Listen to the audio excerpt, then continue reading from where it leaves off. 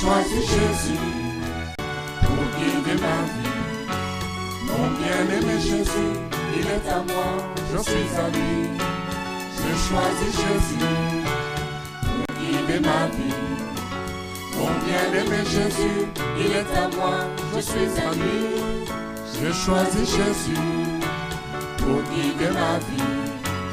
Mon bien-aimé Jésus.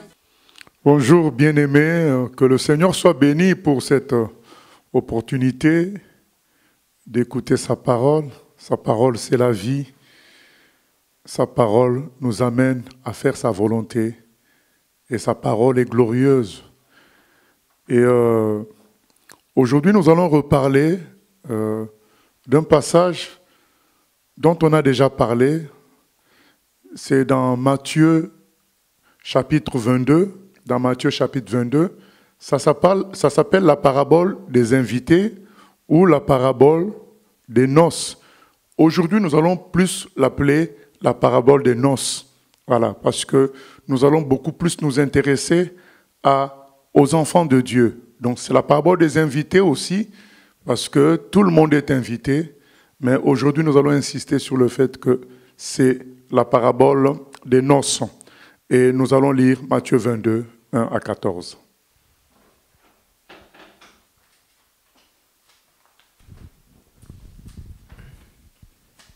Jésus, prenant la parole, leur parla de nouveau en parabole, et il dit : « Le royaume des cieux est semblable à un roi qui fit des noces pour son fils. Il envoya ses serviteurs appeler ceux qui étaient invités aux noces.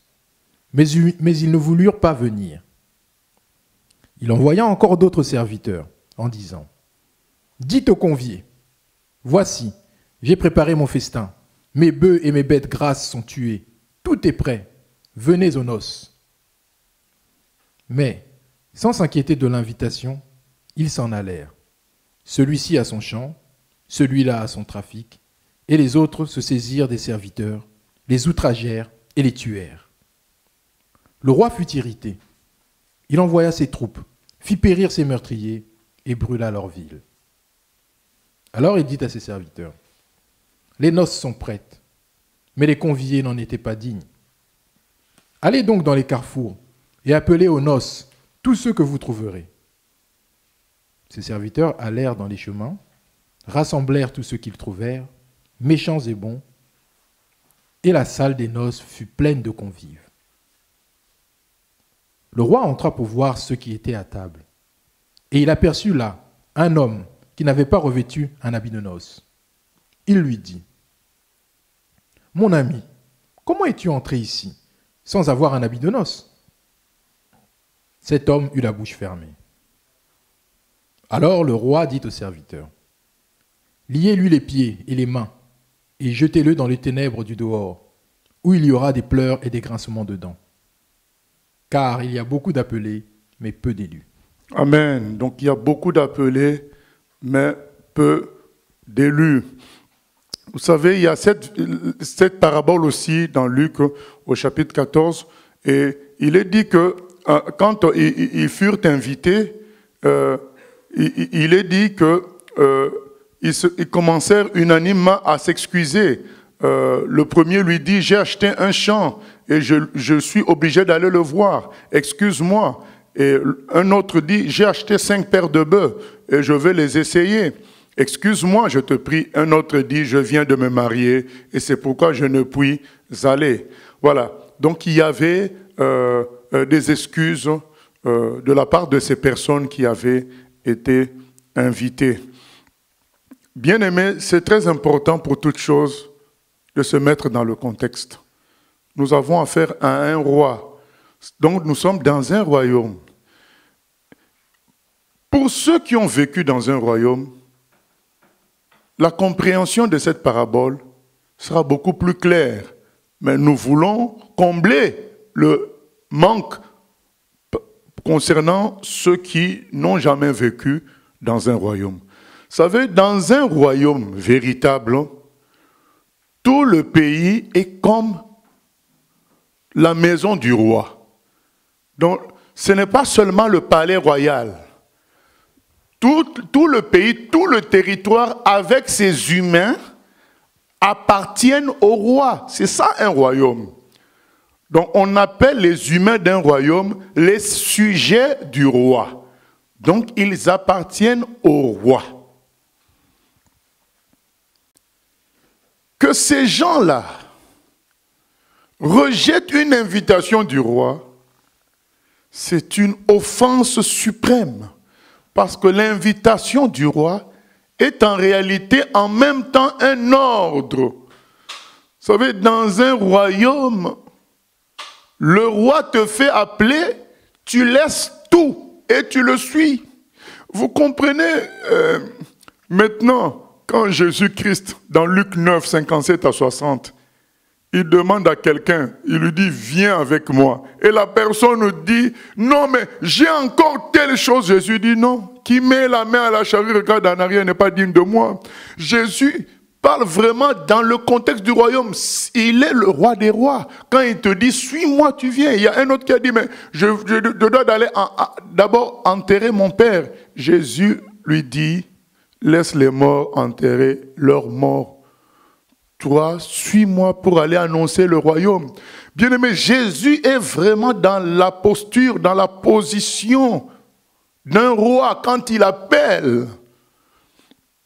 Il n'y a pas d'excuse. Donc, Luc 9, 57 à 60 nous montre qu'il ne peut pas y avoir d'excuse quand un roi t'appelle.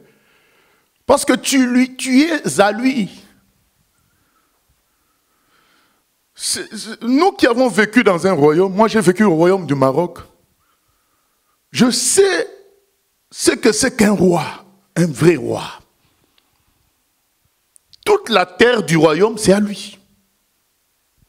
Ce n'est pas comme les royaumes diminués d'Angleterre. Les vrais royaumes, c'est comme ça. Donc quand le roi t'appelle,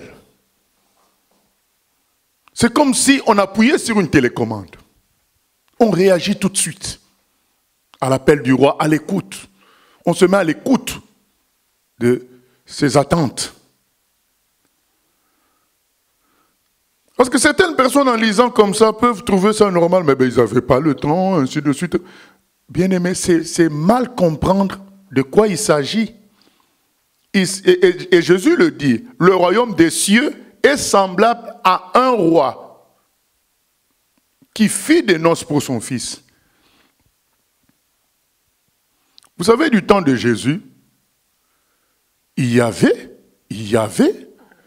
déjà des pays à caractère républicain ou démocratique. Il y en avait déjà. Athènes existait, la Grèce existait. Il y avait déjà. Mais quand il prend ces exemples, par rapport au royaume des cieux, il ne prend pas une république ni une démocratie, il prend un royaume. Et c'est ce qui est vrai. Dieu est roi. Tout est à lui. Ces gens-là, en disant, en donnant des excuses, ils font une grande offense au roi. Et d'ailleurs, comment on le sait profondément? Parce que on envoie une deuxième fois quelqu'un. C'est écrit, il envoya encore d'autres serviteurs. Et ces gens-là persévèrent dans leurs excuses. Qu'est-ce qu'on peut comprendre? C'est que dans le cœur de ces gens-là, le roi n'était pas le roi. Le roi n'était pas leur roi, du moins. Et c'est un principe contraire à la réalité d'un royaume. Dans un royaume, le roi est le roi de tout le monde. Tu es dans un royaume, tu es au roi. Il y a une autre possibilité, c'est que ces gens-là, se voyant bien traités par le roi, certainement, il avait acquis l'habitude de bien les traiter, de leur accorder un certain respect. Et voilà qu'il leur envoie une invitation en bonne et due forme, proprement, dans la douceur Dans la majesté de l'invitation, il envoie des serviteurs aller leur parler. Et ces gens-là ont dû se croire importants. Première possibilité, c'est que au fond de leur cœur, le roi n'était plus leur roi. Il était là avec une étiquette, mais chacun appartenait à lui-même. Deuxième possibilité, ceux qui se sont crus importants, au point de se mettre au même niveau que le roi. Voilà, il a besoin de nous, il nous invite, quoi. C'est comme ça que beaucoup de gens du monde comprennent notre évangélisation. Quand on évangélise, c'est comme ça que beaucoup de gens du monde, parfois avec qui nous avons habité, ou bien avec qui nous travaillons, ou bien avec qui nous avons étudié ou nous étudions, ils pensent que quand Dieu les invite au salut, c'est que Dieu a besoin d'eux. C'est complètement faux. Dieu n'a besoin de personne. Il veut sauver, tout simplement. Il veut sauver. Il aime, oui. On ne peut pas lui reprocher d'aimer l'humanité, d'aimer les humains. Il aime les humains, mais il n'a pas besoin des humains. Il se suffit à lui-même. Il est éternel. Il existait avant. Et il est. Donc il n'a même pas de temps. C'est l'homme qui est entré dans le temps. L'homme, lui, Dieu n'est pas dans le temps. Il n'a pas besoin de l'homme. C'est par amour qu'il veut sauver l'homme. C'est l'homme qui est honoré d'être invité. Mais l'homme se trompe. Se voyant invité, il se prend pour quelqu'un d'important. Et surtout avec le langage qu'emploient certains chrétiens en invitant les païens, on sent dans ce langage un langage commercial, un langage publicitaire. Du coup, le païen a l'impression d'être en face d'un publicitaire qui vend un produit. Donc il se sent élevé, il se sent important, puisque c'est lui qui va enrichir la personne en achetant le produit. Et il y a confusion. Bien aimé, ça doit nous interpeller dans notre façon de parler aux gens qui se perdent. Nous ne devons pas leur parler comme si nous avons un produit à vendre et que notre société a besoin d'eux pour prospérer. Non, nous devons bien leur faire comprendre que c'est eux qui sont en train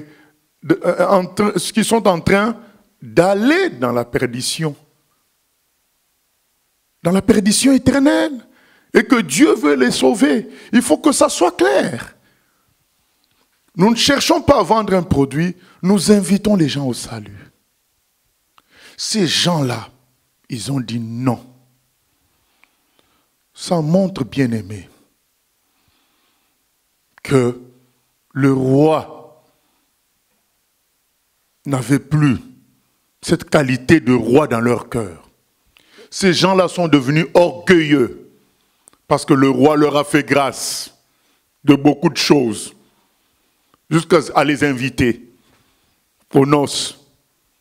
Mais ce que ces gens-là oubliaient, ce que je dis aux chrétiens d'aujourd'hui, c'est que cette parabole nous parle des dernières noces. Donc quand on loupe ces noces-là, il n'y aura pas une autre occasion de noces. Ces gens-là, ils sont tombés dans le piège de ce que j'appelle la familiarisation. Ils se sont familiarisés avec le roi. Ils n'ont plus regardé le roi comme étant majestueux, leur maître, leur seigneur. Mais le roi est devenu un collaborateur tout simple. C'est pourquoi ils ont donné des réponses comme si on donnait à un ami, à un pote, à un collaborateur. Voilà, bien aimé, ce qui s'est passé. Le roi avait perdu en importance dans leur cœur. C'est ce qui explique une telle attitude. Et c'est ce qui se passe aujourd'hui. Dieu a perdu en importance dans le cœur de beaucoup de personnes. Notre thème d'aujourd'hui, c'est prendre au sérieux l'autorité de Dieu et de sa parole. Prendre au sérieux l'autorité de Dieu et de sa parole. Les gens ne prennent plus Dieu au sérieux. Ils ne prennent plus sa parole au sérieux. Et en particulier, ce qu'on appelle les chrétiens, ils se sont familiarisés avec Dieu. Ils se sont familiarisés avec les Écritures. Ils connaissent beaucoup de versets, beaucoup de passages. Ils ont entendu des tonnes de prédications. Mais au lieu que leur crainte en l'Éternel augmente, ça a périclité. Et ils se sont égarés au point que lorsque Dieu les invite à revenir au bon sens, à s'intéresser à sa royauté, à s'intéresser aux noces de l'agneau, à s'intéresser au ciel, à s'intéresser au paradis. Venez à l'invitation finale, allez, on y va au paradis. Ces gens-là disent, non, non, j'ai un séminaire dans tel endroit. Je dois parler sur Facebook. Je suis un jeune connu. Ils sont devenus sourds, aveugles. Ils voient sans voir. Les yeux sont ouverts, ils ne voient plus Dieu. Ils ont des oreilles, ils ne comprennent plus rien. Parce qu'ils ont perdu quelque chose de très important. Et ils ont perdu la crainte de Dieu. Nous allons lire Psaume 111, verset 10. Psaume 111, verset 10. Ils ont perdu la crainte du Seigneur.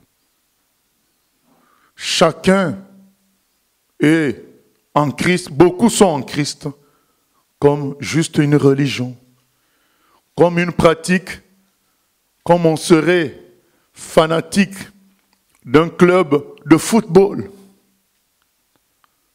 Ils soutiennent, ils crient Jésus, Jésus.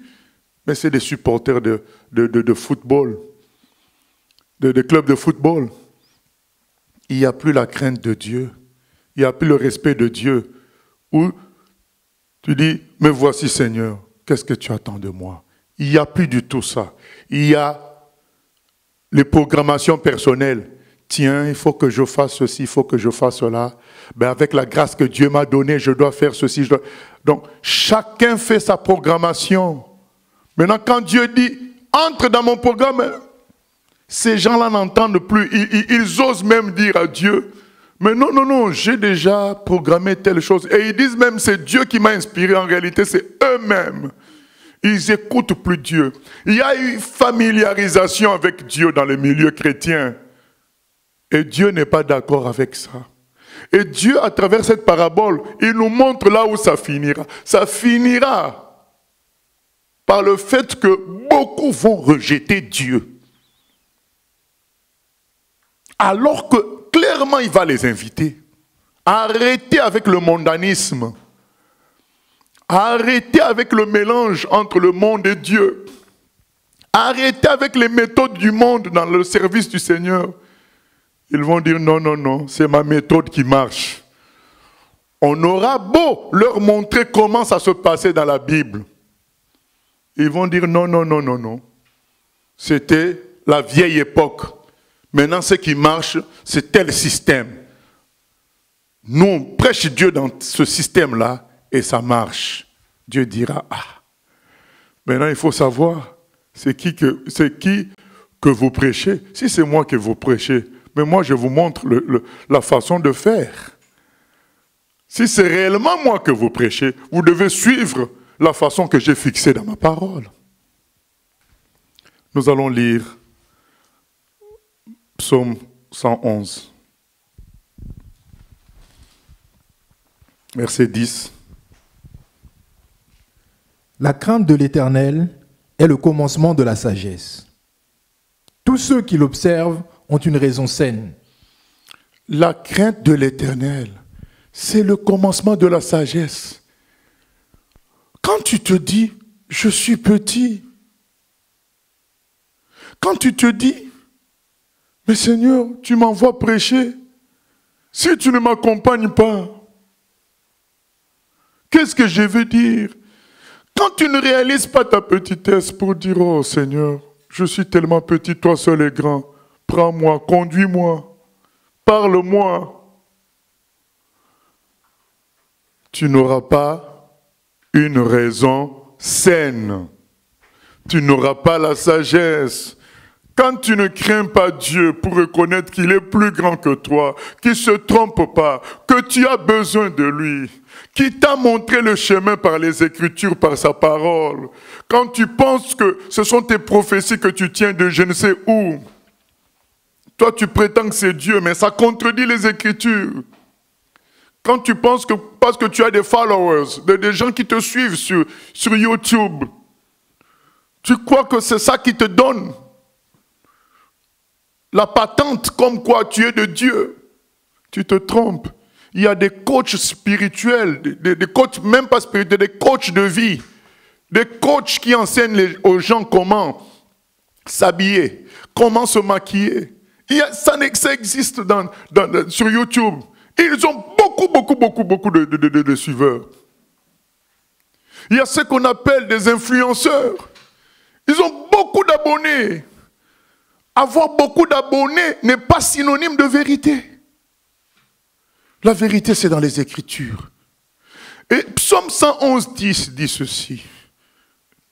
Si tu ne crains pas Dieu, pour reconnaître qu'il ne peut pas se tromper lorsqu'il a donné sa parole, tu ne vas pas avoir une raison saine.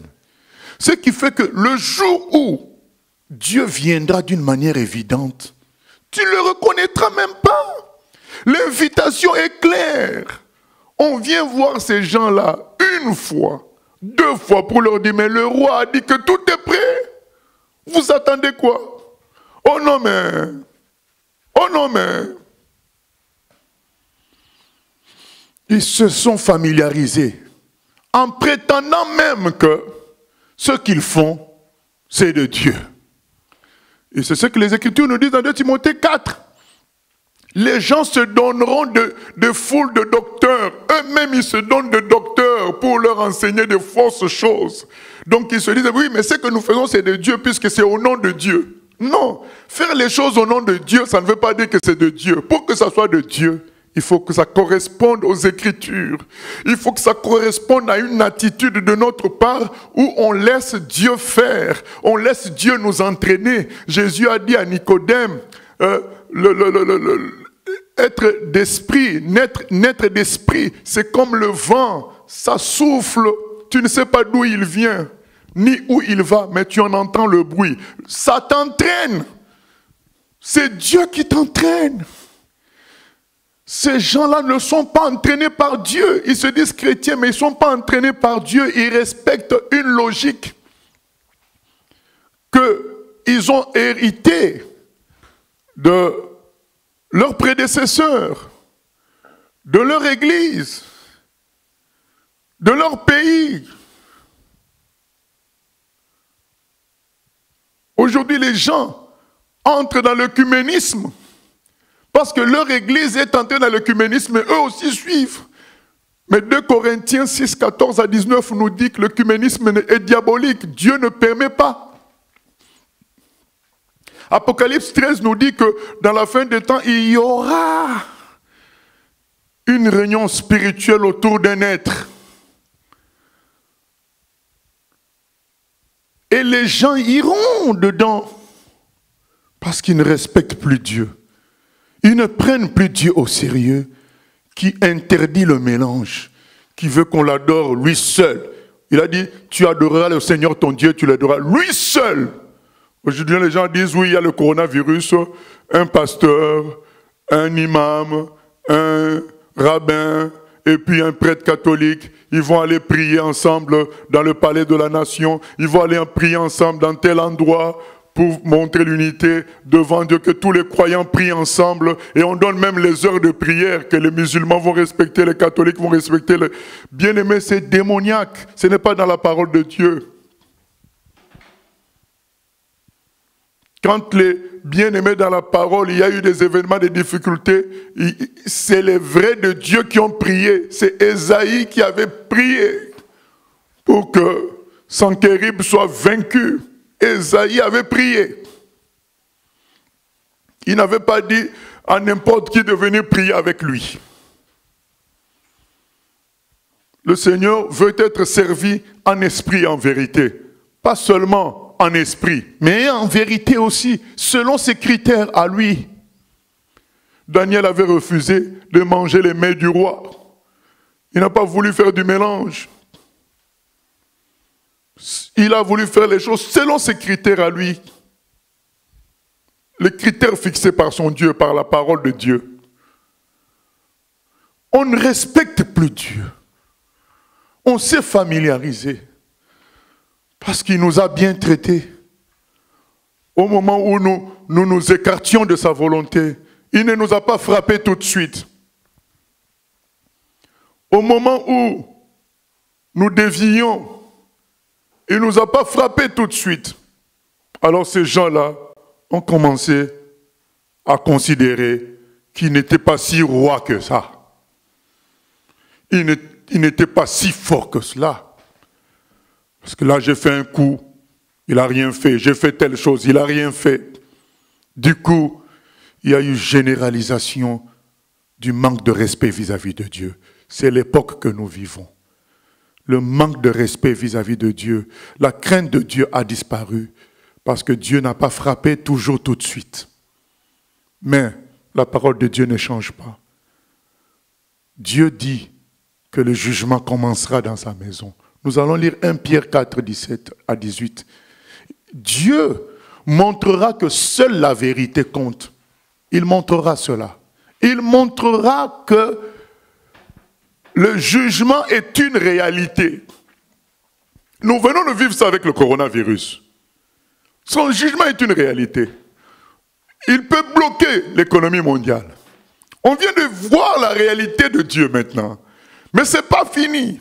Parce que 1 Pierre 4, 17 prévient tous les chrétiens qui se sont familiarisés avec Dieu pour ne plus le craindre, pour ne plus s'humilier devant sa parole, devant lui, qui s'autoproclament prophètes et prophétesses. Dieu ne les a pas appelés. Ils égarent beaucoup de gens par immaturité. Dieu dit c'est le moment de revenir à sa parole et à la crainte de son nom. Si Dieu t'a appelé, laisse Dieu s'imposer chez les autres. Ce n'est pas parce que tu sais parler français ou anglais, ce n'est pas parce que tu connais certains passages bibliques, ce n'est pas parce que tu prophétises que tu peux t'autoproclamer un docteur, commencer à enseigner les gens sur Facebook, égarer beaucoup de personnes. Ce n'est pas parce que non plus il y a beaucoup de faux pasteurs que toi tu dois te proclamer pasteur. Ce n'est pas parce qu'il y a beaucoup de faux docteurs que toi tu dois te proclamer docteur. L'apôtre Jacques a dit que tout le monde ne soit pas enseignant. Il faut être appelé par Dieu. Le grand nombre de faux serviteurs ne nous autorise pas à nous mettre dans un ministère par nous-mêmes. Parce qu'on voit les erreurs des autres, on peut dénoncer ces erreurs. Du coup, on s'autoproclame dans un ministère. Non, c'est Dieu qui établit. Et quand Dieu établit, il va t'imposer aux gens. Parce que c'est lui qui t'établit. C'est ça craindre Dieu. Comme on dit dans le monde, tu ne peux pas être plus royaliste que le roi. Si c'est Dieu qui t'appelle, laisse-le s'imposer dans les cœurs des gens. Se donner des titres, faire des enseignements de prédication bien-aimés. Attention, voilà ce qui va se passer. Lisons 1 Pierre 4, 17 à 18.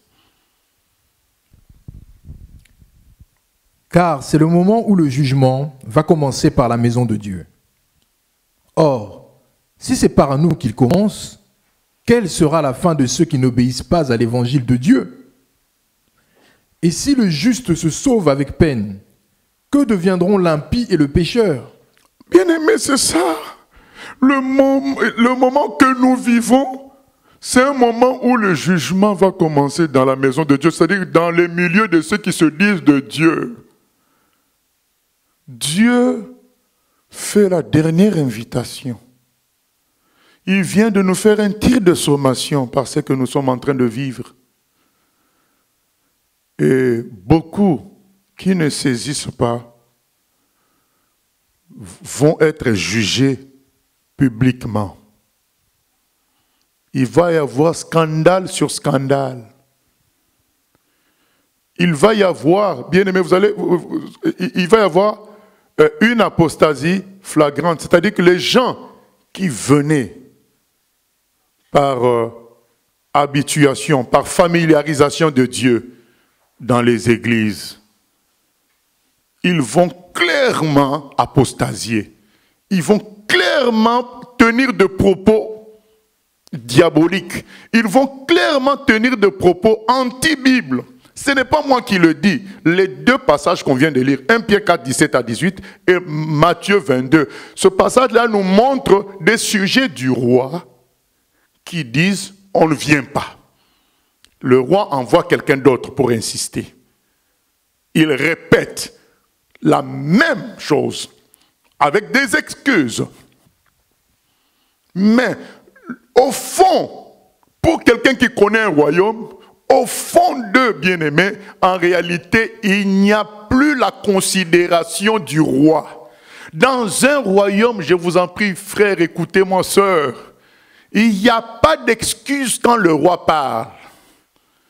C'est-à-dire que quand tu faisais quelque chose, quand le roi parle, déjà tu te tournes pour l'entendre, et tu obéis, donc tu laisses tout. C'était pas prévu. C'était pas prévu. Mais lisons Luc 5, 11. Qu'est-ce qui s'est passé pour les pierres et les autres apôtres? Dans Luc 5, 11, ce verset, je l'ai reçu. J'étais un nouveau chrétien. J'étais un nouveau chrétien. Je lisais la Bible. Je voyais la gloire en lisant la Bible, la gloire qu'il y avait chez les apôtres, la gloire qu'il y avait avec Jésus. Et nouveau chrétien, j'ai dit à Jésus, mais pourquoi maintenant dans l'église que je fréquente, pourquoi dans les milieux chrétiens, je ne vois pas cette gloire-là? On m'a conduit à ouvrir la Bible et je suis tombé. C'est pourquoi je n'ai jamais oublié ce verset-là. Luc 5, 11. Lisons ça. Et ayant ramené les barques à terre, ils laissèrent tout et le suivirent. Amen. Les apôtres viennent de faire une pêche miraculeuse avec Jésus. Jésus a donné un ordre. Les poissons sont sortis. Ils ont rempli le filet. L'apôtre Pierre a compris qu'il avait en face de lui le Seigneur des Seigneurs. Il s'est agenouillé devant Jésus. Il a dit, Seigneur, éloigne-toi de moi. Je ne suis pas digne de toi. Vous voyez, c'est quoi la crainte de Dieu? C'est ça la crainte.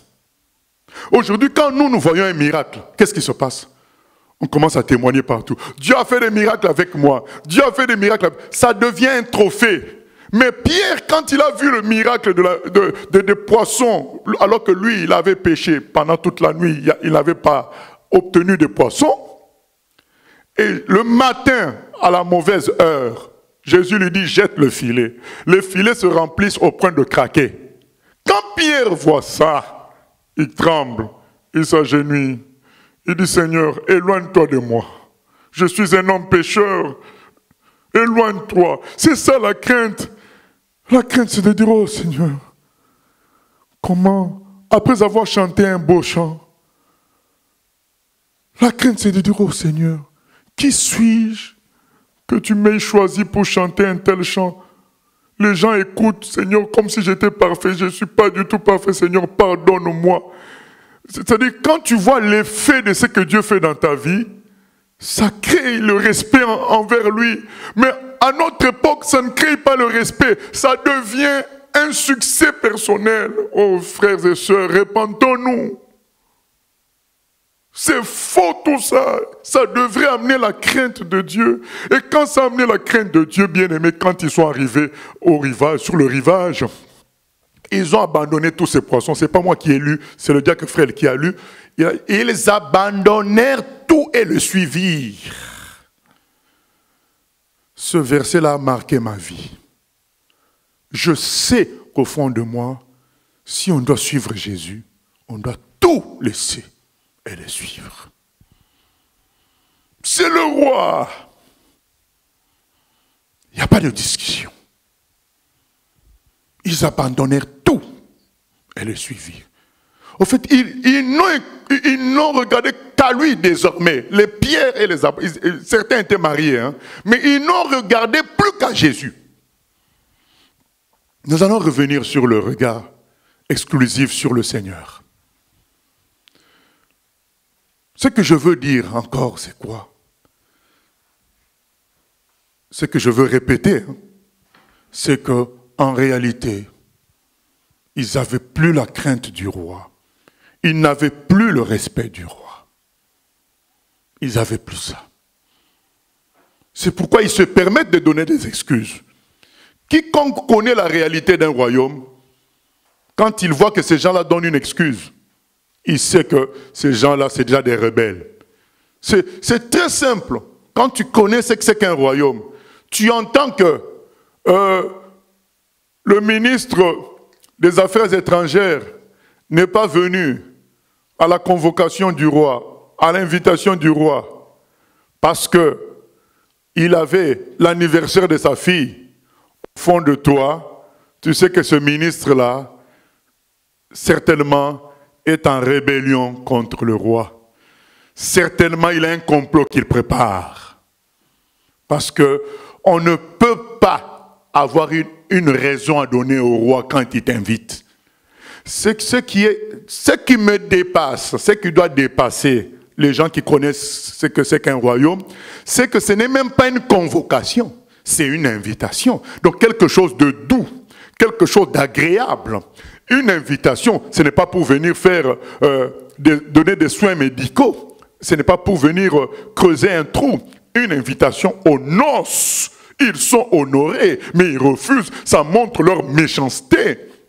Ils ne peuvent pas dire « Ah, le roi nous embête tout le temps, alors que je suis en train d'essayer mes bœufs. Là, il veut que j'aille essayer ses bœufs à lui. » Non, c'est toi qui es honoré dans une invitation dans le palais royal. Donc vous voyez combien la méchanceté de ces gens-là est grande, bien aimé. L'invitation au paradis, au ciel, c'est une invitation extraordinaire. Extraordinaire, bien aimé. Est-ce que vous vous imaginez quand être dans des jardins où on n'aura jamais de rhume, on n'aura jamais de pollen qui nous embête, être dans des jardins où le climat sera toujours beau, éternellement. On se promènera à l'infini. Une telle invitation, tu oses la refuser parce que tu as tes études. Tu oses la refuser parce que tu as de l'argent à gagner dans tel endroit. Tu oses la refuser parce que tu as 75 ans. Bien-aimé, c'est grave. On ne respecte plus Dieu. On ne respecte plus Dieu. Les temps sont difficiles. Il faut revenir à la crainte de Dieu. C'est le roi. Une douce invitation, rejetée, foulée aux pieds. Et vous allez dire après que Dieu est méchant. Il nous avait convoqués pour creuser un trou, alors que je m'apprêtais à fêter l'anniversaire de ma fille. Non. Il t'a invité aux noces de son fils. Aux noces de son fils. Et c'est toi qui es honoré. Parce que tout a été préparé pour toi. Le roi, il est avec ses serviteurs chez lui. Il a tout ce qu'il faut. Mais quand il fait la fête, est-ce qu'il fait pour lui? Il fait pour les invités. Oh Seigneur, je te demande pardon, Seigneur. Je te demande pardon pour la résistance des humains. Je te demande pardon pour la familiarisation de la relation avec toi au milieu des chrétiens. Je te demande pardon pour la race humaine, Seigneur, qui est méchante, qui refuse une telle invitation. Pardonne-nous, Seigneur. Bien-aimé, quand on entend une telle invitation, comment peut-on hésiter?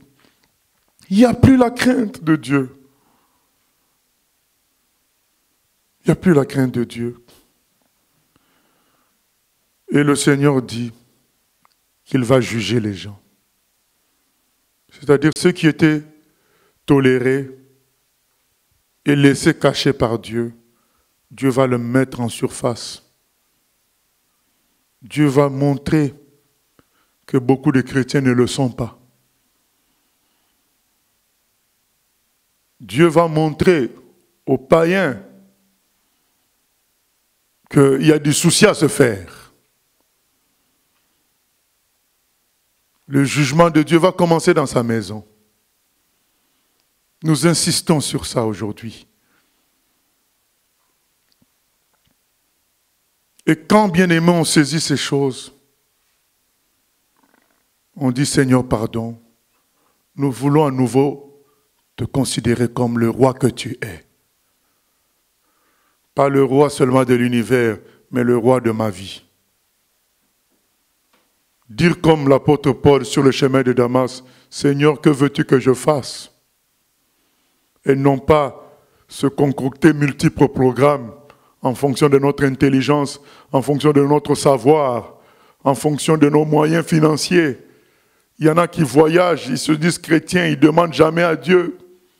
Il y en a qui ne consultent jamais Dieu pour faire des achats, pour faire ceci, pour faire cela. Ils sont le roi de leur propre vie, alors que le Seigneur les invite. Bien-aimés, nous sommes à la fin. Il faut répondre oui à l'invitation du Seigneur. Il faut préparer le monde à la fin. Nous sommes à la fin. Ce n'est pas l'heure de faire des excuses. J'ai ceci à faire, j'ai cela à faire. Cela montre le niveau d'irrespect que nous avons vis-à-vis de Dieu. On néglige Dieu aujourd'hui, bien-aimés. Vous savez, si vous ouvrez YouTube, ou si vous entendez, vous parlez de ce qui se passe dans les églises, dans le christianisme, il y a plus de bêtises que de vérité. Plus de bêtises. Le péché est relativisé. Bien-aimés, nous ne sommes pas en train de dire que nous sommes parfaits. Nous disons l'état des choses. Le péché est relativisé. C'est-à-dire que Ésaïe 5:20 est en train de s'accomplir. Appelez le bien mal et le mal bien. C'est ça qui se passe aujourd'hui. Les gens s'autorisent à négliger Dieu tout en se disant serviteurs de Dieu. Ils commettent toutes sortes de péchés. Ils ont toutes sortes d'attitudes de négligence. Tranquillement, en s'excusant tout seuls, en édifiant des doctrines et des théories qui les excusent de tout. Le mot repentance est devenu vieux. Le mot pardon vis-à-vis de Dieu est devenu lourd. Ça fait passer Dieu comme un méchant. Donc si on dit pardon, il est méchant, on est obligé de lui dire encore pardon. Dieu dit, le jugement commencera dans la maison de l'Éternel. C'est la vérité, bien-aimé.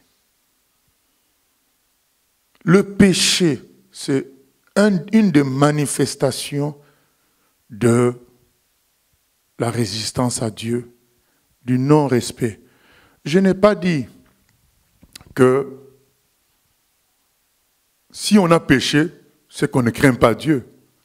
Mais si on a péché et qu'on considère ça comme étant quelque chose de relatif, ce n'est pas vraiment un péché, là on ne craint pas Dieu. On est dans l'irrespect de Dieu. C'est ce que Jean dit. Si quelqu'un n'avoue pas son péché, ne le réalise pas, c'est un menteur. Et il fait de Dieu un menteur. Mais si nous péchons et nous confessons nos péchés, cela veut dire qu'on craint Dieu, on respecte Dieu, on sait que ce qu'on a fait a été une offense au roi. Du coup, je dois m'incliner par le pardon. Je dois m'incliner par la repentance, une prise de décision de vivre selon les désirs du roi et non pas selon ma logique. C'est ça la repentance. Il ne suffit pas de dire pardon, il ne suffit pas de confesser, mais il faut prendre la décision de vivre maintenant selon le roi, selon les Écritures, selon sa parole, par sa grâce. Vous savez, encore, c'est encore très grave par le fait que Dieu a mis à notre disposition son esprit pour nous rendre capables de lui plaire. Le prétexte comme quoi c'est trop dur, ce que Dieu demande, ne marche pas. Parce qu'il y a l'Esprit Saint qui nous est donné. On n'a qu'à s'incliner, réclamer la puissance de l'Esprit, réclamer la vie nouvelle par l'Esprit. Dieu dit dans Luc 11, « Je ne refuserai pas le Saint-Esprit à quiconque me le demande. » Revenons au Seigneur. Arrêtons de relativiser le péché. Seigneur, bien-aimé, je suis offusqué de voir des gens qui se disent chrétiens défendre des pasteurs qui sont pris en flagrant délit de péché. Les images sont dans les réseaux sociaux et il y a des chrétiens qui les défendent. Vous dites, mais ces gens-là, quand ils se disent chrétiens, ça veut dire quoi pour eux? Le jugement commencera dans la maison du Seigneur. Il y a un chrétien qui dit, mais le pasteur, c'est un homme. Donc s'il rencontre une occasion, ben, il en profite. Hein? Je me dis, mais ces gens-là, ils sont fous. Ou bien ils pensent que Dieu n'existe pas. Ils ont perdu complètement la crainte de Dieu. Et ces pasteurs-là qui, par défi, reviennent encore le dimanche alors que leur situation, ça éclate dans les réseaux sociaux. Ils reviennent encore le dimanche dans leur église pour prouver qu'ils sont toujours forts, ils prêchent. Bien aimés, ces gens-là, pour eux, Dieu n'existe pas. Ces gens-là, pour eux, Dieu n'est pas le roi, comme il se présente lui-même dans sa parole. Mais Dieu dit, c'est lui qui l'emportera, c'est Dieu qui l'emportera. Il les jugera. Il va manifester que c'est lui qui est Dieu. Ça commencera au milieu des chrétiens. Une des grandes douleurs des vrais enfants de Dieu, c'est la confusion. Ils se disent, ah Seigneur, mais comment nous allons travailler avec ton nom? Mais il y a ces gens-là qui travaillent aussi avec ton nom, mais qui sont en train de travailler pour Satan, qui sont en train de professer ce qui n'est pas de Dieu, ce qui n'est pas de toi. Cette confusion-là, Seigneur, nous gêne. Mais le Seigneur dit, calmez-vous. Il y a un temps où il y aura une différence entre ce qui est vrai et ce qui est faux, ce qui est de la fausse monnaie. Il y aura la différence entre la vraie monnaie et la fausse monnaie. Calmez-vous, vous tous qui souffrez de voir cette confusion-là. Votre Dieu existe. Il existe. Comme ces gens-là, ils s'étaient dit quoi? On n'y va pas. Et alors? Dieu a envoyé une deuxième série. Ils se sont dit, on n'y va pas. Et on ne veut plus qu'ils nous envoient des gens. Ils ont tué ces gens-là. Et je peux vous dire que tous ceux qui sont de la vérité, ils vont avoir aussi des années difficiles. Parce que la haine contre eux va augmenter. Parce que ces gens-là, ces garants dans leur fausseté, ces prétendus chrétiens, ces garants dans leur fausseté, ils vont s'allier aux gens du monde pour combattre la vraie vérité, l'accusant de mettre le trouble dans le monde. C'est ça qui va se passer. Parce que la vraie vérité va embêter les faux chrétiens, ça va embêter les païens, du coup les deux là vont s'allier. Et donc les jours vont être difficiles pour les vrais prédicateurs, les vrais chrétiens. Mais notre Dieu a la victoire, toujours. Toujours. On n'est pas les premiers. Il y a eu les Daniel avant nous. Il y a eu les Paul avant nous. Mais quand vous lisez leur vie, ben c'est ça qui nous attend aussi. Il n'y a que deux églises qui ont été auxquelles Jésus n'a adressé aucune remontrance dans le livre d'Apocalypse au chapitre 2 et chapitre 3. Sur 7 églises, il n'y a que 2 églises qui n'ont pas eu de remarques négatives. L'église de Smyrne et l'église de Philadelphie. Maintenant, allez lire à la maison comment ont été la vie des gens de cette église-là. Vous allez voir que Smyrne a connu des persécutions terribles. Vous allez voir que Philadelphie a été considérée comme faible, ayant peu de puissance. Faible. Eh bien, les gens de vérité seront maintenus faibles par Dieu, en apparence, tout en ayant la gloire de Dieu en réalité. C'est un chemin que les chrétiens de vérité doivent accepter.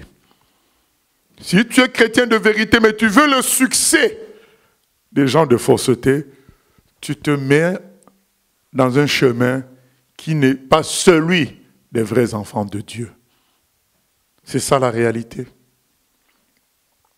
Et c'est comme ça que beaucoup de vrais chrétiens au départ deviennent faux parce qu'ils ont voulu embrasser la carrière de gens qui n'imitent pas Christ, qui n'imitent pas les apôtres, qui n'imitent pas les Daniel, qui n'imitent pas les David. Ils ont voulu embrasser leur carrière, alors que ces gens-là, quand on regarde leur vie, on regarde la vie des apôtres de Jésus, ça ne se ressemble pas. Mais toi, tu es vrai. Au lieu de prendre Jésus comme exemple, au lieu de prendre Paul, Pierre comme exemple, tu prends le pasteur qui a 10 000 membres comme exemple 1000 voitures, 2 avions. C'est eux que tu prends comme exemple alors que tu as des exemples en face de toi. Et c'est comme ça que beaucoup de vrais sont devenus de faux.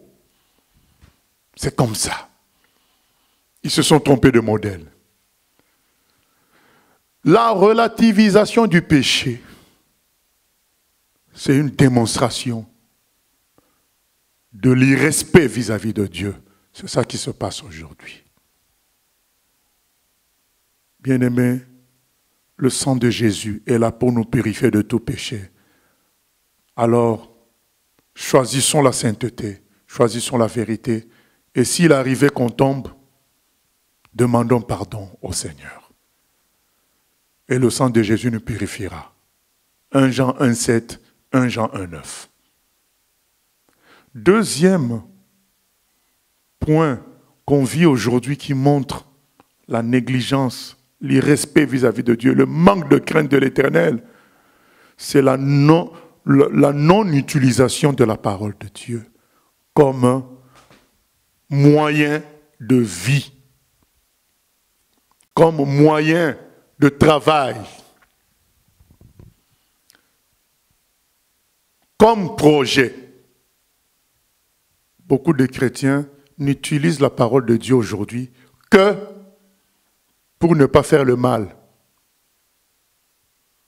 Mais la parole de Dieu est un projet de vie pour chacun d'entre nous. La parole de Dieu contient notre vie à tous. Je vous ai dit que c'est Luc 5,11 m'avait marqué. Et ceux qui me connaissent vont reconnaître que ma vie ressemble à Luc 5,11. C'est-à-dire que mon avenir était dans Luc 5,11. Et l'avenir de chacun d'entre nous est dans les passages bibliques. Mais peu de gens s'intéressent à leur avenir qui est dans les passages bibliques. Leur avenir est dans la conception commune de l'avenir d'un humain. Faire les études, avoir un bon diplôme, un bon boulot, se marier, avoir tel nombre d'enfants, acheter une maison, préparer sa retraite. C'est ça l'avenir de beaucoup de chrétiens aujourd'hui. Ou alors prendre le chemin du service de Dieu en tant que chantre, en tant que prédicateur, et réussir, voir l'église grandir, beaucoup de gens dans l'église. Être un chantre, faire des CD, des concerts spectaculaires, que tout le monde entende parler de nous. Dans tous les cas, la réussite terrestre. Or, ce n'est pas ce que Dieu nous prophétise dans la parole. Quand Paul a dit au Seigneur, que dois-je faire? Il a dit, va dans la ville, quelqu'un te parlera. Et quand Dieu a parlé à Ananias, la personne qui devait parler à Paul, il lui a dit, il faut que tu lui dises, cet homme, je l'ai mis à part, il souffrira à cause de mon nom.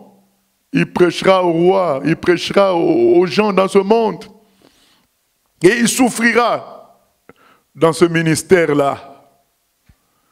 Il n'a jamais promis à Paul des richesses. Mais bien aimé, il n'a même pas besoin de nous les promettre parce qu'en lui, nous sommes riches. En lui, nous avons tout. C'est lui le roi, c'est lui qui est Dieu. Il n'a même pas besoin de nous promettre ces choses. Mais il peut nous prophétiser notre parcours. Mais en matière de possession et autres, si nous sommes en lui, nous avons toutes ces choses. Nous ne manquons de rien. Même si le compte bancaire est vide, mais chaque jour tu manges comme si le compte bancaire était rempli.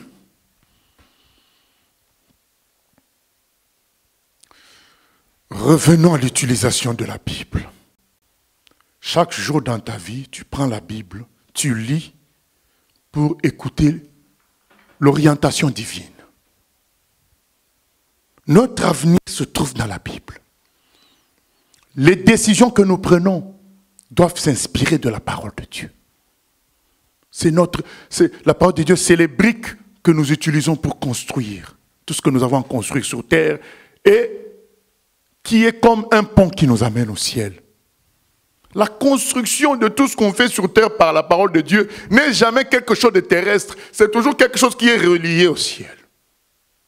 Ça prend toujours la forme d'un pont qui amène au ciel. Ce qui tourne comme ça revient sur terre, ce ne sont pas les projets de Dieu. Tout ce que Dieu construit avec un homme prend toujours la forme d'un pont qui relie au ciel. La négligence de la parole de Dieu est un témoignage de ce que j'appelle l'irrespect de Dieu. On ne prend plus Dieu au sérieux. Parce que si on prenait Dieu au sérieux, on écouterait ses instructions. C'est ce qui fait que le jour où maintenant il vient avec une instruction flagrante, une instruction urgente, de dernière minute, la plus importante, on va louper ce jour-là. Ces gens-là ont fini par se familiariser avec Dieu, avec plutôt le roi. Je crois qu'ils avaient déjà pris l'habitude de ne plus obéir au code civil du pays, au code pénal du pays. Ils avaient déjà pris l'habitude de ne pas faire exactement ce que le roi demandait. Et le roi ne faisait rien.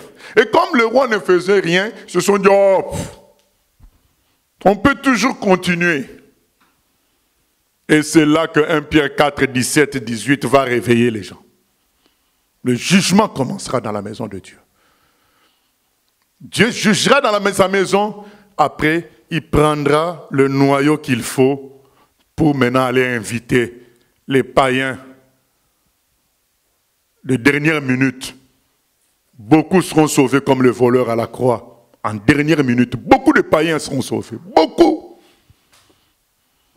Beaucoup de ces païens n'ont pas appris Dieu et donc le jour où ils vont connaître Dieu, ils vont le prendre au sérieux, ils vont aller au ciel. Comme le voleur à la croix. Exactement. Mais beaucoup qui sont dans la maison de Dieu, ils se sont familiarisés aux instructions divines, aux désobéissances. Parce que c'est un joueur de piano, parce que c'est une chantre. Donc, on croit que puisqu'on travaille pour Dieu, on peut désobéir sans problème, c'est pas grave, on est déjà dans la maison. Mais c'est pourquoi le jour où Dieu maintenant ramène l'instruction capitale, c'est les noces de mon fils. On y va. Il y en a qui disent, ah mais non, on verra après. Mais non, mais c'est les dernières noces. C'est pourquoi le roi insiste. Il envoie un autre groupe de serviteurs. Donc, c'était une fête. Si tu rates ça, c'est fini pour toi. Et beaucoup rateront l'enlèvement comme ça. Parce qu'ils se diront, on verra après. 1 Pierre 4, 17 va s'accomplir. Il va y avoir une séparation au milieu de ceux qui se disent chrétiens. Et un petit groupe sera mis à part pour faire l'évangélisation de la fin des temps. Je vais finir, bien-aimé, en disant ceci. Quand ces gens-là disent, je viens de me marier, un autre dit, j'ai 5 paires de bœufs à essayer. Et un autre encore disait quoi? J'ai acheté un champ, quelque chose de ce genre-là. Nous aussi, on a pris l'habitude de dire aux gens, oh, mettez de côté vos projets, mettez de côté vos préoccupations terrestres. Choisissez Dieu. Mais aujourd'hui, je veux dire l'inverse. Je veux dire que tous ceux qui donnent des excuses pour servir Dieu, c'est des gens, en réalité, qui ne prenaient déjà plus Dieu au sérieux.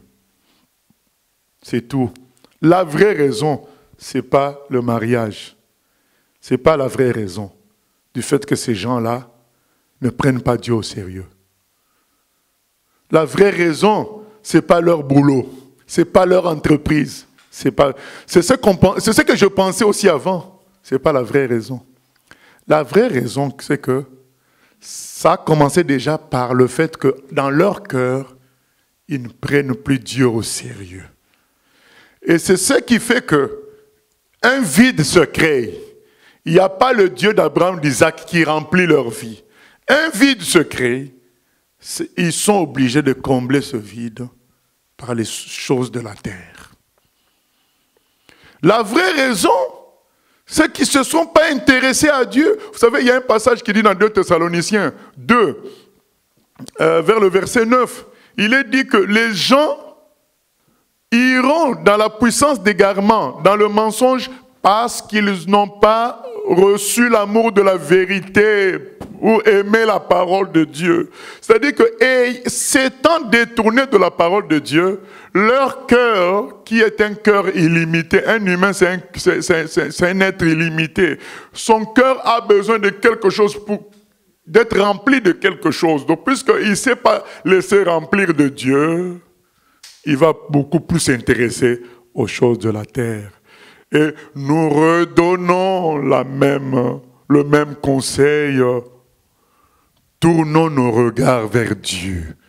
Et nous verrons, comme l'apôtre Paul dit, goûter. L'apôtre Pierre dit, goûter. Le psaume 34 dit aussi, goûtez et voyez comment le Seigneur est bon. Quand tu as goûté au Seigneur, c'est ça qui te guérira des attraits du monde.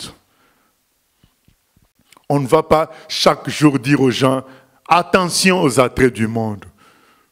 Aujourd'hui, on donne le message suivant. Tourne tes regards vers Dieu. Goûte au Seigneur. Tu réaliseras combien il est plus bon que les choses du monde. Insiste. Parce que pendant que tu tournes les regards vers Dieu, les pensées des choses du monde continuent à fonctionner dans ton cerveau. Insiste.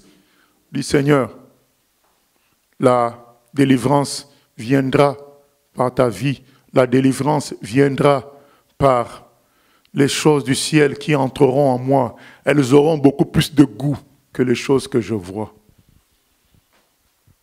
Il y en a, pour ne pas tomber avec les hommes ou les femmes, eh bien, ils cherchent le meilleur homme, la meilleure femme. Ce n'est pas ça qui te préservera de tomber.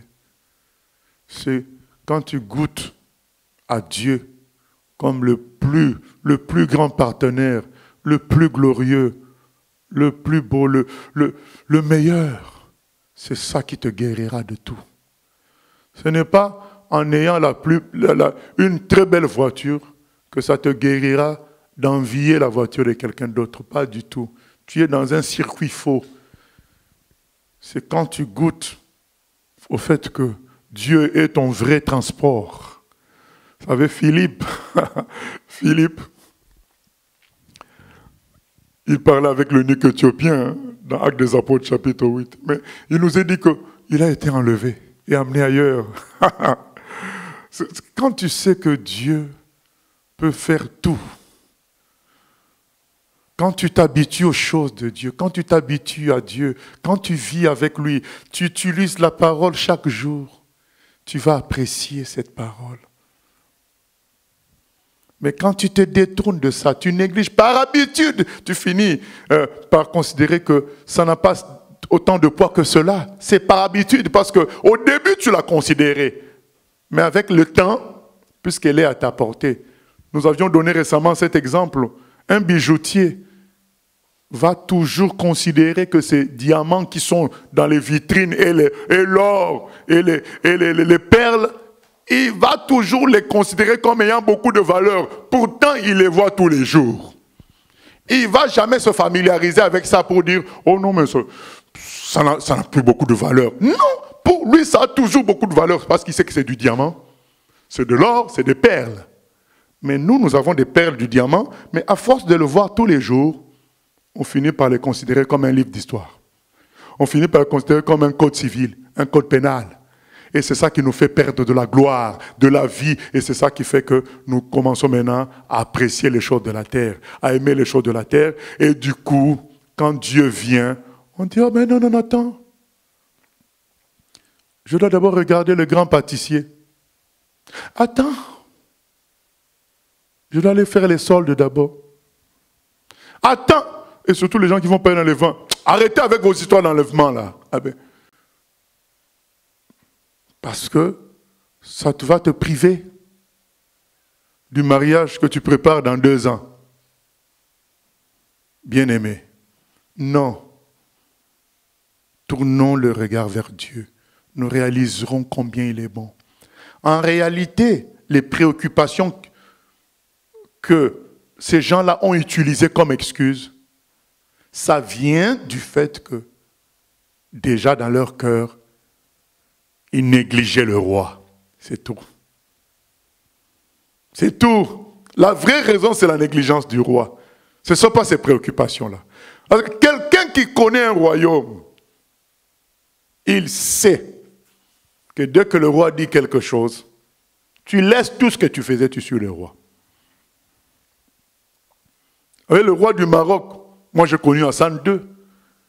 Quand il descendait de l'avion, même les ministres ne lui disaient pas bonjour en face, ils lui baisaient la main.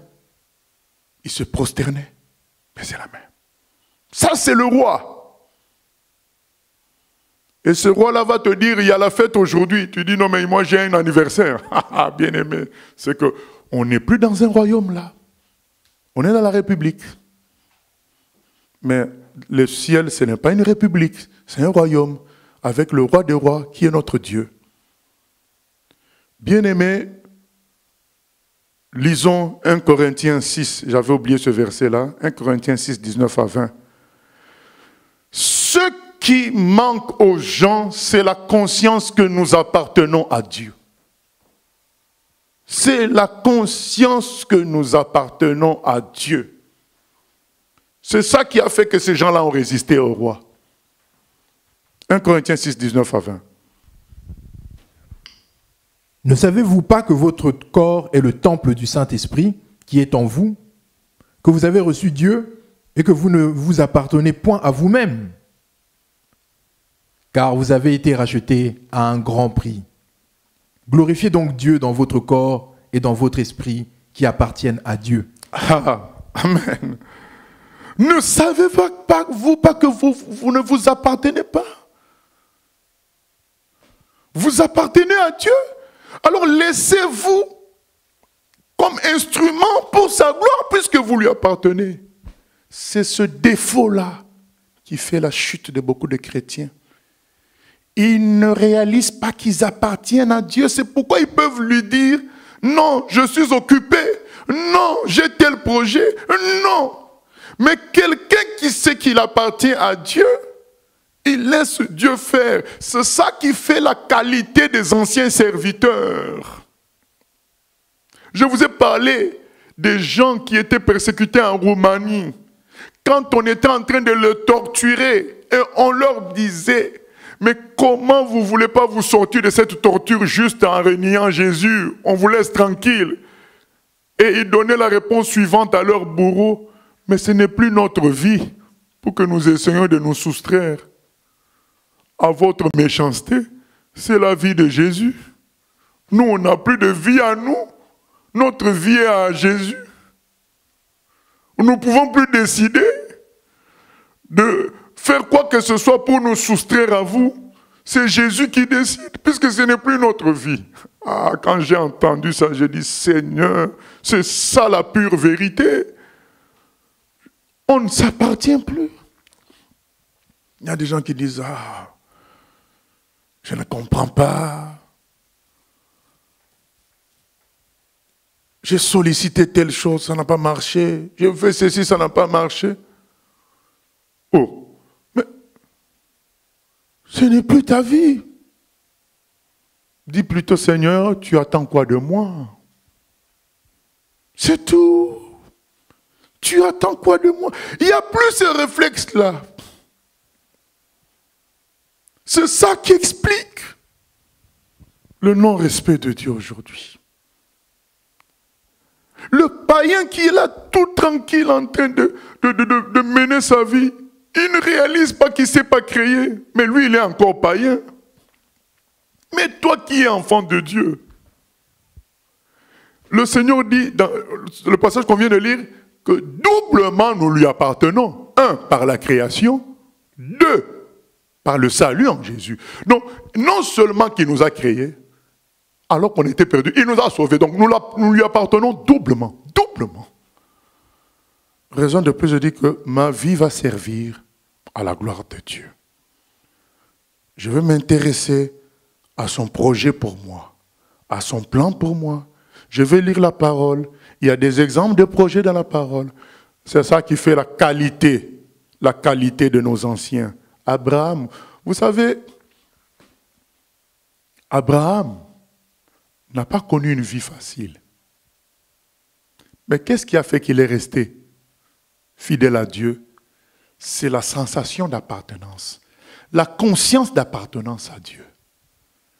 Quand on lui demande de sacrifier son fils, qu'est-ce qui fait qu'il obéit à un commandement bizarre comme ça?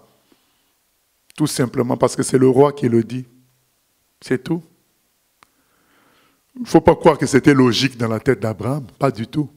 C'est devenu logique quand il a décidé d'obéir.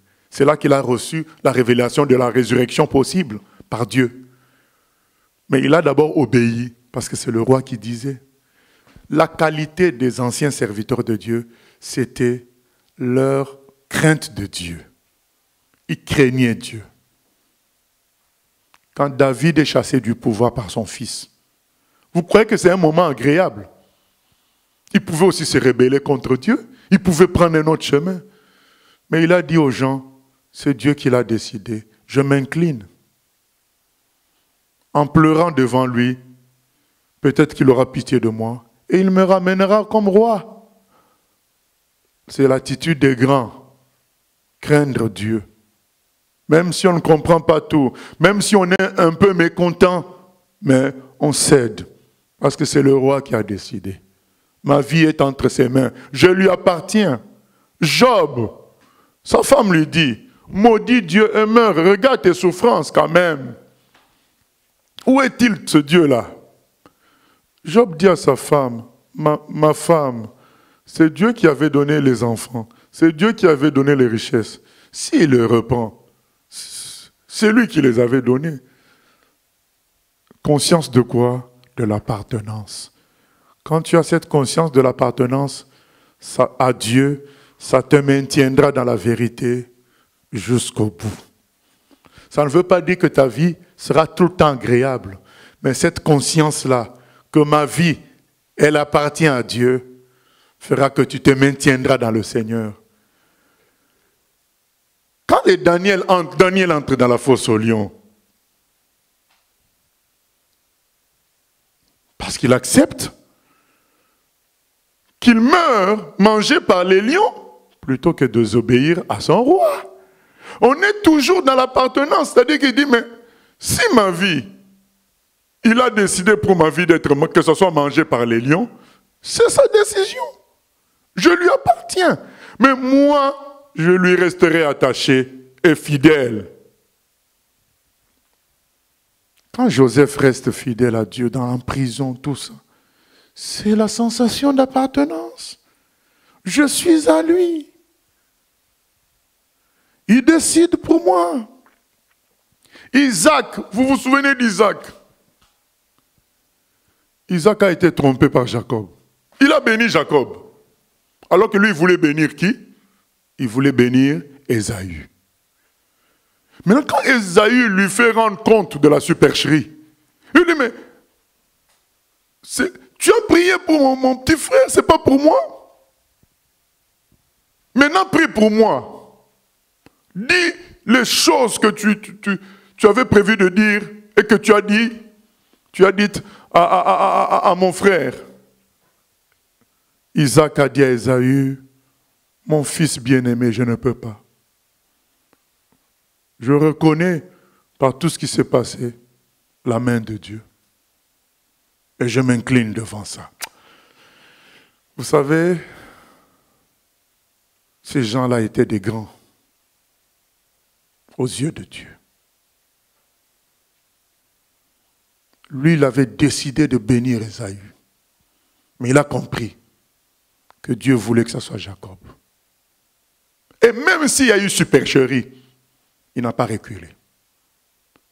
Mais je sais qu'aujourd'hui, les gens qui ne craignent pas Dieu, qui se disent chrétiens, ils auraient dit, Jacob a menti, donc ça ne compte plus, j'annule ça. Mais ils n'auraient même pas été attentifs à Dieu.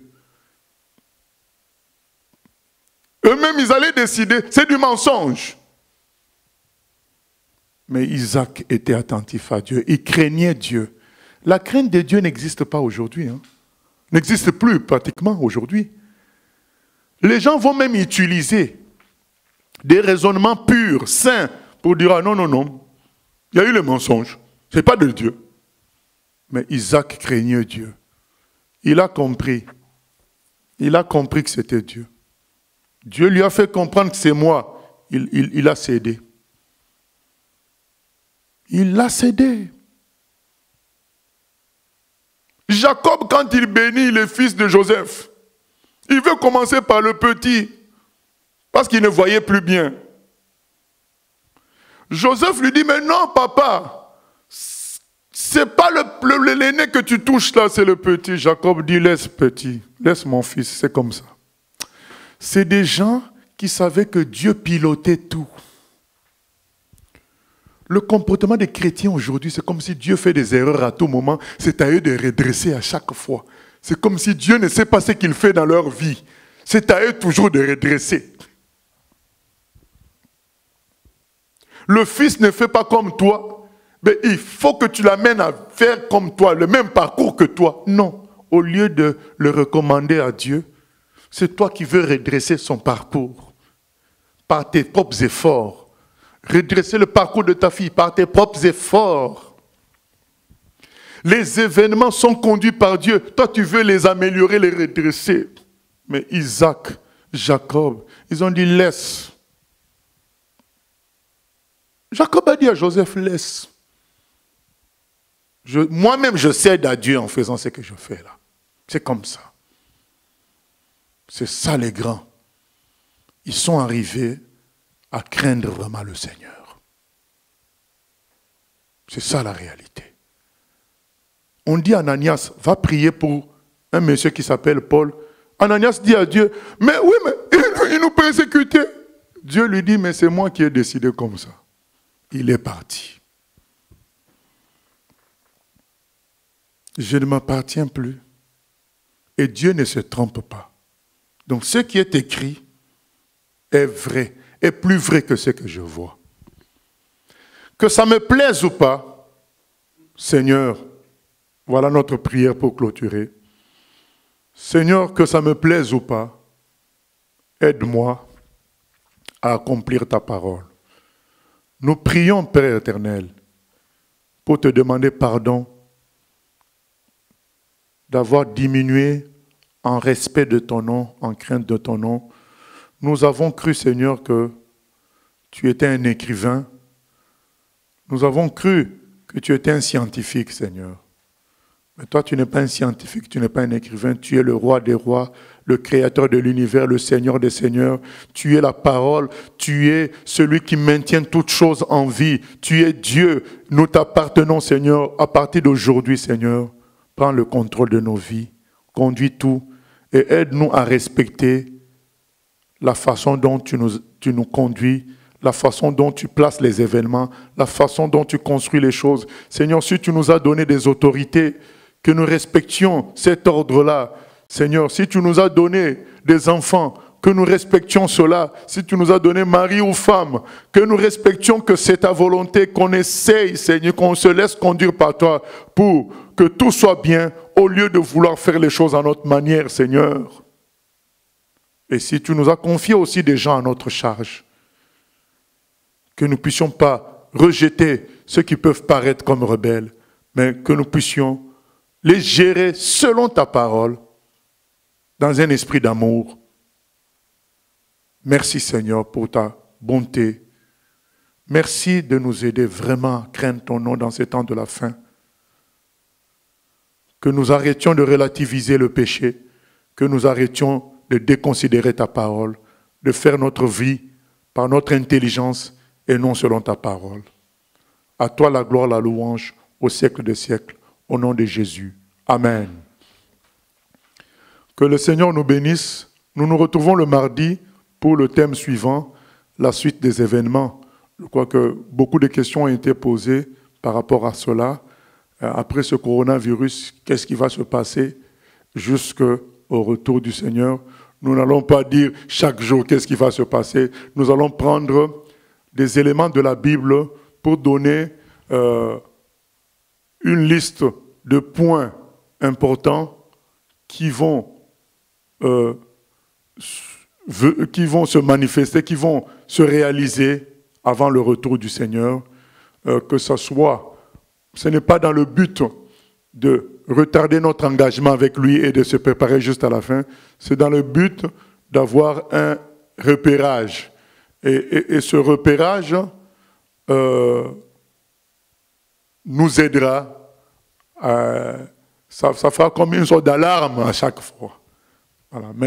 Mais le plus important, c'est que dès maintenant, on se confie totalement au Seigneur. Ce repérage aussi est important pour contrer les fausses doctrines, les fausses prophéties qu'on entend gauche à droite, que l'apôtre Paul a combattu quand il a parlé de ce que nous allons faire le mardi. Il a donné certains éléments pour dire aux gens, n'écoutez pas tout ce que vous entendez là, on vous dit que Christ est là, Christ est... Non, même Christ lui-même a fait aussi la même chose. Il a donné un repérage pour nous éviter de tomber dans les pièges des prophéties qui ne viennent pas de Dieu également. Voilà, donc la suite des événements, mardi prochain, que Dieu nous bénisse. Amen.